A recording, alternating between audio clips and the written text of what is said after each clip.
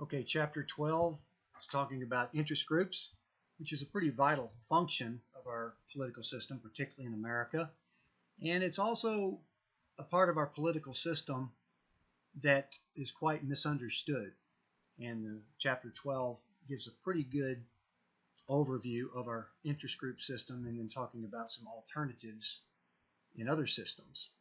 First of all, let's talk about the concept or the theory of pluralism. This is one of the primary theories of how the American system of government works, and it particularly means that public policy or lawmaking is driven by competing groups seeking benefits. These groups are quite a wide variety of groups, and theoretically, no one group can dominate all the others. Now, that's an ideal theory. It does hold up quite a bit as to how the United States system is motivated to conduct its policy, but there's also some flaws with it as well. But in generally, the pluralist system allows for spontaneity, new ideas, grassroots, flexibility, compromise, simply because you've got lots of groups competing with each other for benefits.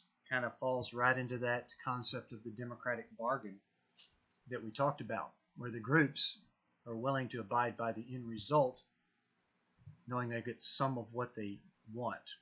Now, this brings up a debate between the concept of polyarchy, which is what a lot of American political theorists would consider this system to be in America. So you've got a rule by many, so to speak. Contrary to that, you've got a system that's driven by benefits seekers, which of course could be very much driven by their self-interest or profit, things like that. And it brings up some of the concerns that we'll talk about here in a minute. All right, so interest groups, by definition, are organized group of citizens whose goal is to ensure that the state enacts or follows certain policies they will benefit from. And that's where the term benefit seekers comes from. And of course, interest groups can potentially represent public opinion and bring it to the government, and it's doing it through these organized interests. Now, interestingly enough, according to this concept of pluralism, the interest groups are the workhorses of political advocacy. They're the ones that are really driving policymakers and legislators to get stuff done. And we'll talk about how and why that is here in a minute. The old term that's been used a long time in politics is that the interest groups are part of this iron triangle of U.S. policymaking. And that simply means that in order to get laws made, you've got this triangle of interaction between the congressional committees that get the work done as far as hammering out the bills, and they are interacting with executive agencies and also interacting with interest groups and their lobbyists, the people that are hired to represent them that we'll be talking about here in a minute. So that's a relatively old term in politics. It's a lot more complicated than that. You could probably call it, at minimum, the iron octagon, because you've got so many other influences that are coming in all different directions from different groups. But still, interest groups are a very vital part of our system of government, organizing to motivate government to get stuff done. So let's talk about the three basic types of interest groups. The first type of interest group are the economic groups. Now, the book calls them sectoral groups, which means these groups represent sectors of the economy. And the economic groups is a pretty wide range of groups, including corporations, businesses, financial organizations, unions, professional associations. They dominate, as we'll see here in a minute, they dominate the interest group system for various reasons, mainly because they have the resources to do it. Corporations are very rational creatures driven to increase revenue and maximize profit and shareholder value. And so companies like Apple and Google and Microsoft, they are their own interest groups. They can afford to hire people to represent them in government to lobby for benefits to their corporation. And in addition, corporations such as General Motors, which is it's a interest group in its own, General Motors can lobby government and contribute campaign contributions to government as a corporation, but they also are represented by automotive professional associations. Almost every profession in the United States has a professional association that exists primarily for the purpose of making sure that that profession gets benefits, particularly from government. It gets policy that promotes those professions so that they can keep making a living in generating revenue and making profits. So one of the reasons why they are so successful, comparatively speaking, is because they have ample resources with relatively narrow concerns. And so therefore they can use a lot of those resources. They can literally invest part of their profit into campaigning or lobbying in order to maximize their profit down the road. So it's shown to be a very worthwhile investment in the system that we have. Not good, bad, right, or wrong. This is just the way it is. And as we'll see here in a minute, there's a lot of concerns with the type of system that we have. Certainly not perfect, but might even be, as with democracy and capitalism, it might even be kind of the best of situations which there could be worse situations. Another type of interest group are the institutional groups. These are the groups such as government agencies, bureaucratic agencies, armed services agencies, colleges and universities. We're looking at cities and states can actually lobby the federal government, international organizations, non-governmental organizations. These are a wide-ranging set of groups that aren't driven by generating revenue and profit. They are motivated to be politically active in order to defend their own particular interests, whether their city's interest, their agency's interest, their college's interest, their nonprofit organization's interest. So they are looking for government help to give them bigger budgets, to give them research grants, to give them aid, so that they can continue doing their thing, fighting their fight, whatever their goals are as institutional groups. So quite a wide range of those, not near as powerful as economic groups, because clearly they are more limited as far as the resources they can use to seek out benefits. Third type of group is what we call promotional groups. Now these are the groups that you probably hear about more often in the news. And these are the groups that are organized around some particular idea or some issue or point of view. So we've got ethnic groups and religious groups. The AIPAC, which is the Jewish organization that lobbies the government to help aid to Israel and lobby on the behalf of Israel and Jewish citizens. You've got other types of ethnic identity groups. You've got foreign policy groups. You've got environmental groups, recreational groups. Some of the more famous, or the ones that are more well known out there, is this National Rifle Association that gets quite a bit of publicity, lobbying the government for gun rights and less gun controls. One of the biggest interest groups out there in the nation is the American Advanced Aging Retired Persons, well, AARP is what we're looking at here.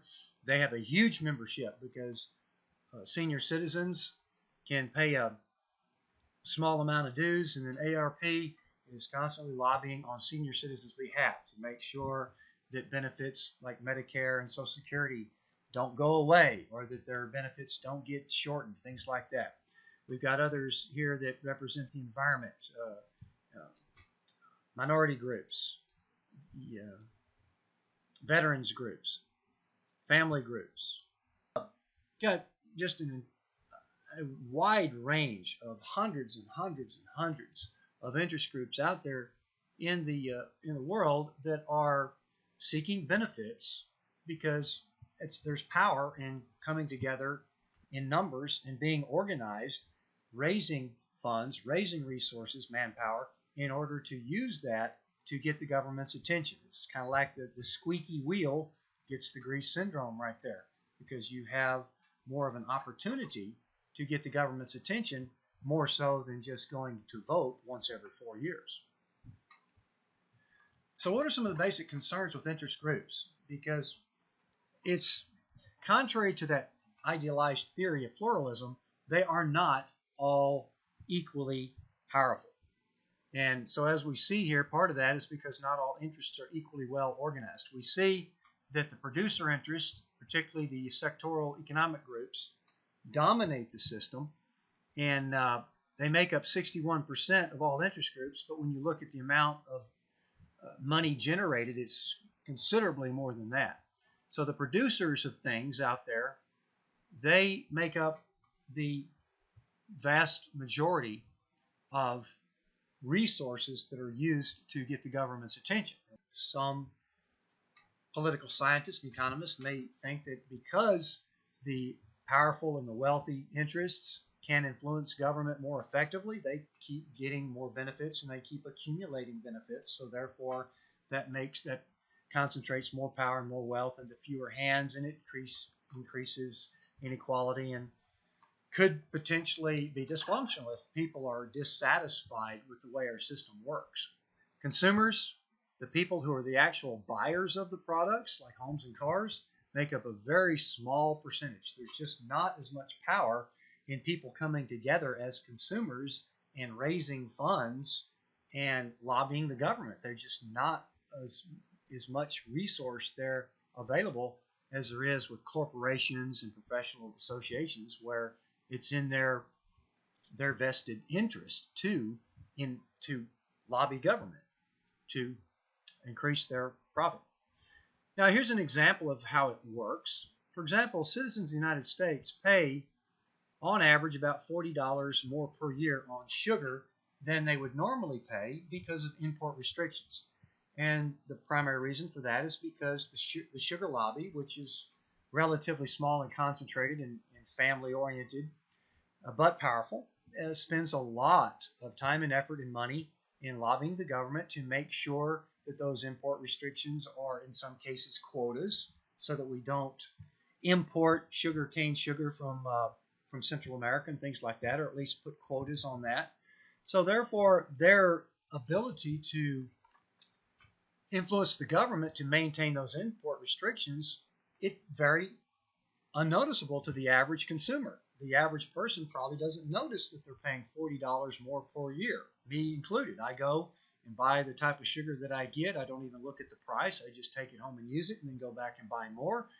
But if those import restrictions were taken away, the people that would be screaming bloody murder, of course, would be those sugar producers, because they would be losing a lot of money. At $40 more per year per household, that's a lot of money that goes into the sugar producers' hands. And so therefore, it's very much in their interest to maintain pressure on government to keep those import restrictions up. And that's another reason why they're called pressure groups as well. And so this is why it's very effective. The lobbying economic groups get the benefits, and the consumers pay for it, and it's spread out amongst so many consumers that we don't even notice it. So that's why it's a very effective system for the interest groups that are able to use it. Some groups obviously have a more disproportionate voice than others. Obviously, the business groups, because they have more money and better organization, can clearly get more attention.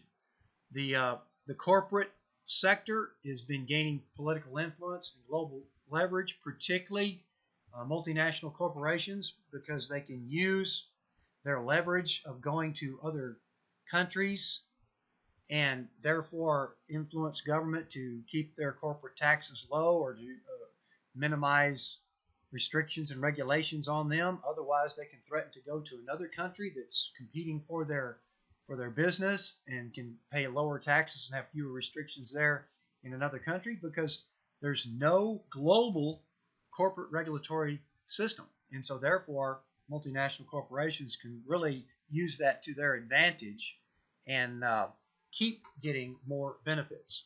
Now, also, a vocal minority that is addressing a very emotional issue can distort public opinion because they can represent, ideally, a relatively small percent of the population, but because of their voice, because of their activity, because of the attention that they get, fundamentalist groups, gun rights groups, cultural associations, these are types of groups, gun control groups, gun rights groups, they are attacking, or even pro-choice, pro-family type groups, they are really focusing on an emotional issue that gets people's attentions as far as what they believe, and therefore they can use that attention to sway government policy, even though they may be in the minority as to as far as what people prefer as far as general policy getting passed in their legislature. Another concern, group leaders are not necessarily responsive to their members because it's typically a core inside group that dominates interest groups, and their base of support is typically supported by a relatively small number of wealthy donors. This is kind of a part of collective action theory, whereas relatively smaller groups are funded by a relatively small amount of people that are very committed to this cause and have the money to support it. So you've got a lot of people that can come on to join this group, but these groups are very undemocratic and the leaders are unelected. And so you also have the problem of free riders with these large interest groups. So what the groups do is rely on selective benefits in order to reduce the number of free riders to get them to pay their dues. So a group like AARP, example, would, because it's easy to be a free rider if you're a senior citizen, AARP is going to lobby to try to keep Social Security benefits, and you don't have to be a member of the AARP to reap the benefits of Social Security, even though AARP may be helping to maintain those or to not provide, or allow for any reductions to that benefit or whatever. So it's easy to be a free rider in that case. So what they do is they entice you with information programs, training programs, research programs. They can give you lots of brochures and how to live longer and to live healthier. They can give you discount movie tickets. They can give you benefit plans. They can give you cut rate insurance programs, pension programs, discounts on products, things like that. So interest groups rely on these selective benefits to try to get more members to pay dues because they need those dues. They need that manpower in order to use that to get government's attention. So there's lots of different tactics that interest groups use. If you're a large group, such as the AARP, you can influence your groups to vote, to write their congressmen. So electoral activity is very effective with large groups. And obviously, if you were an interest group and you had hundreds of thousands of members and you got all of your members to write a congressman, and those congressmen are deluged with letters, well, that's obviously going to get their attention. Economic activity typically might help with consumers or workers, because strikes and boycotts could be potentially effective to get people's attention. Or if you're a small business, you could threaten to move your business in order to get local government's attention, things like that. We already know that multinational corporations are doing just that to get the federal government's attention, or they will perhaps relocate to Ireland or another country in order to pay lower taxes and get less regulation. Another thing that's a very a relatively cheap investment to get influence is campaign contributions, because congressmen, elected officials, one of their primary goals, as we talked about briefly before, one of their primary goals is to get reelected. They can't change the world unless they get reelected and continue with their agenda of what their goals were when they got elected in the first place. Particularly if you're in the House of Representatives, it's only a 2-year term. You're thinking about reelection all the time. So therefore, you need that campaign war chest. So campaign contributions are very effective for interest groups to say, okay, Mr. Congressman, don't forget about us. And yes, it sounds a little bit shady, perhaps even on borderline bribery. But of course, there's very strict rules that we may not be able to get into a lot of the details on this class. But there's very strict rules as to how much and to who that you can give campaign contributions to. And some groups give campaign contributions to both sides just to cover their bets to whoever gets elected.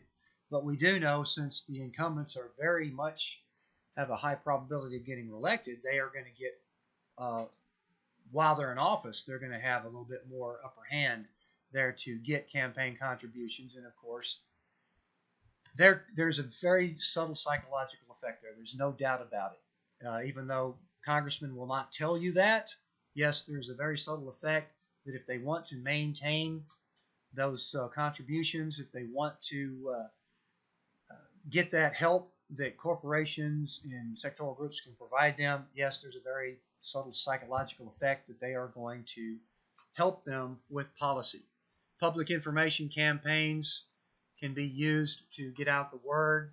Litigation, in fact, NAACP was very effective in actually bringing litigation to government for its discrimination. Brown versus Board of Education, a very famous case there, to where interest groups are using the courts to try to get the government's attention to change policy. Now, one of the most effective tactics is lobbying, and this is a very misunderstood thing. Most people have a very negative connotation of lobbying, and so we're going to talk about what lobbying is. And yes, it is somewhat of a fine line there, but as I've already said, lobbying is a normal part of our process, to where these interest groups hire typically a person who's, most of them are lawyers, yes, but you actually have to be registered as a lobbyist, and you get hired by an interest group. You can either be contracted or hired to them on the payroll, and what you're doing is representing the interest group. Right? Google hires a lobbyist, and they can camp out in Washington and constantly be lobbying officials with proposals and ideas and help and research, so that Google maintains their benefits as far as being primary search engine provider. And this is part of the thing that makes lobbying distasteful, is because a lot of them are former congressmen and former government officials. So that's part of this revolving door that the average citizen does not really like, because what other motivation could there be for a congressman to say, oh yeah, well, I'll help this interest group because I've got a really good job waiting for me if I don't get reelected or if I decide to step down. That's a very subtle incentive that could be enticing congressmen as to payoffs down the road if they're favorable towards corporations or interest groups. However, this is a system we have, and things do get done, even though it's not necessarily fair or equal.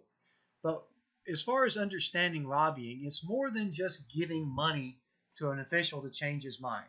It's a lot more than that. In fact, the odds of changing a legislator's mind is pretty low, because what drives them the most? Party loyalty. So what lobbyists are finding a congressman that they can work with, and they will use that congressman as an ally on their proposal as far as getting benefits for that sector of the economy, or for that corporation, or for that activist group, or whatever. So they work with the congressman, and they provide resources for that congressman in the form of research and studies and information campaigns, and just a lot of things that a corporation or interest group can do that has much more resources than a congressman with a very small staff can do. So, as we'll sum up here in a minute, the lobbyist can do things that congressmen just don't have the time or the expertise to do. So it's actually a benefit to the congressman to have these lobbyists helping them get this information. Now, it's up to the congressman, of course, to decide what's the best policy for Americans, right? And that's where the debate is, because as we see right here, there's not one single congressman that will tell you that, oh yeah, I'm beholden to lobbyists. Well, I don't think that any one of them will say that, but it is a very subtle psychological effect, and it does matter. There's no question about it. congressmen are clearly influenced, even though they will probably never admit it. They may never even see it. But just the ease of having all that expertise and information at your fingertips that these lobbyists can provide, there's really no question that they would pay back that help with policy that benefits those people that are helping them. That's almost kind of a reciprocal human nature effect there. Now, as far as the 2016 campaigns, the top spenders on lobbying, as you can see right there, we've got U.S. Chamber of Commerce, which represented small businesses throughout America. So as you can see, there's a lot of professional associations up here at the top that are representing their sector of the economy: pharmaceuticals, medical, hospital, insurance, airlines, telecommunications, broadcasters. There's Google right there, now called Alphabet, in the top 10 of the lobbying spenders in America.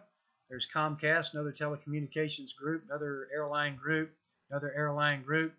And in 2014, the top spenders in that midterm election, as you can see, one thing that's very noticeable: what do all of these groups on these particular 2 pages, what do they have in common? Every single one of these groups on these 2 pages have something very much in common. They're all economic groups. So that kind of falls into that first concern that I talked about earlier, is that the economic groups are dominating the system. As you can see, there's no institutional groups and there's no promotional groups in these top spenders at all. So that gives you an idea of why it's somewhat lopsided and why there's certain concerns with the inequity of the influence on government. So in general, lobbying provides technical expertise for the congressmen. They give them lots of resources and analyses and studies and advice. They can actually assist in crafting the legislation. So the lobbyists serve as specialists in that policy area. That's why they are experts, because they hire people that are experts. So the bottom line is, a congressman lack the time and their expertise to do what lobbyists can do for them. So again, it may be somewhat distasteful, it may be unequal, it's just the way the system is. Right, wrong, good, bad has nothing to do with it. And clearly there's a lot of ideas and proposals out there to perhaps reform this type of system. So get smart, get out there and see what could possibly be done if you don't like it. Now, the influence industry, as I've said before, has the revolving door, and that's part of what makes it somewhat a negative amongst general attitudes. As we see right here, in this particular study, in that particular time, 50% of senators and almost 42% of representatives left in that period actually became lobbyists. So it's a fairly substantial chance that former government officials are going to have an opportunity for a much higher paying job to work for these interest groups when they get out. In 2008, 310 former Bush appointees became lobbyists. And just last year, another study, 64 former congressmen, which is split almost down the middle in parties, they sat on corporate boards. So that's another lucrative future enticement there, that if you're a congressman and you're nice to a corporation, look what could be looking at you down the road there. And these 64 former congressmen sitting on these boards are earning an average of $357,000 a year, and that's basically sitting in approximately 8 to 12 meetings per year, meetings that last maybe 3 or 4 hours. So that's not a bad little salary for sitting on a board, and that salary right there is twice as much as what they make as a congressman. So again, this is a big concern in the influence industry. However, the influence industry has grown for a very rational reason. You're combining the growth of government, which we've talked about before. I may actually, on a future test, I may actually get you to look that back up and recap the reasons why government tends to grow. But since governments do tend to grow, what we're doing is combining that growth of government with the need for a facilitator in order to navigate that government to help me get to the congressman and get their attention. And so what very useful quote right here in one of the books I've read that studies this. This influence industry was created by ordinary people responding logically to powerful incentives. And even the American League of Lobbyists understands their negative perception, and they've recently changed their name to the Association of Government Relations Professionals. Now, just next few minutes, let's talk about just a few alternatives to pluralism, because the alternatives, based on other countries out there in the world, certainly are not any better. The patronage systems, we've talked about those before, where a network relies on a patron or a boss or a strong leader or dictator, and then his underlings all the way down through the system. They provide help when needed, and in return for loyalty and support through kickbacks and bribes and promises of jobs and favors. Lots of countries in the world have this type of system, even particularly the holdovers from the colonial era. And this is also called the clientist type system. The book talks about Bangladesh system and how that works.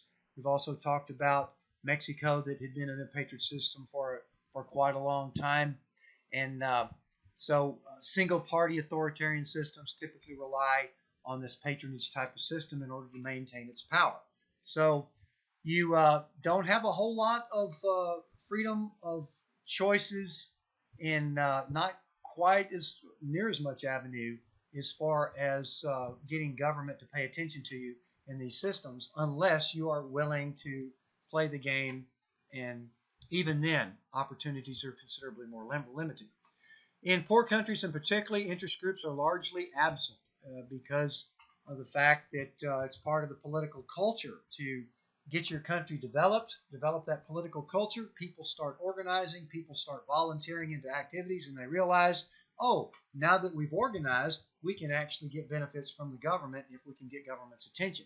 So therefore, that kind of goes hand in hand with democratic political cultures and developing your countries so that civil society can get more involved in order to form interest groups.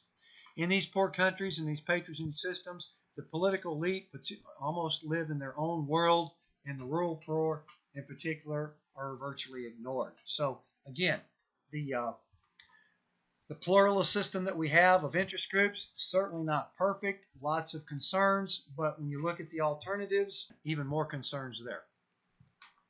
Now, neocorporatism is another idealized concept that some of the, particularly the European states have, social democracy type states have kind of evolved into this type of system, to where the business and the labor and the agriculture sectors, the universities, they are all considered vital functions of society. It's kind of a functional approach, to where rather than competing with each other, they're all considered functions of the whole of the system. So therefore, it's kind of integrated to where the government deals directly with these groups at all stages of the process. These interest groups are actively involved in the process of policymaking.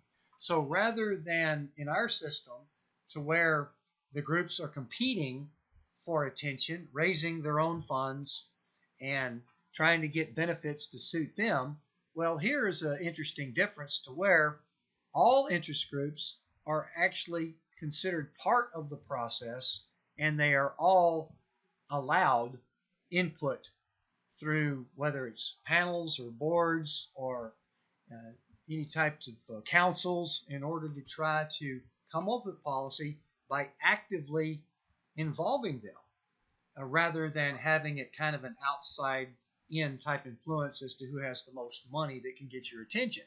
So obviously it has some attractions there. So the bureaucracies are actively representing these popular constituencies, and the bureaucracies themselves in government are acting like interest groups in conjunction with these other sectors of society. So there are more concerns with this group that we could talk about in more detail later, but Denmark is an example where the government sends the bills to the interest groups to get their response.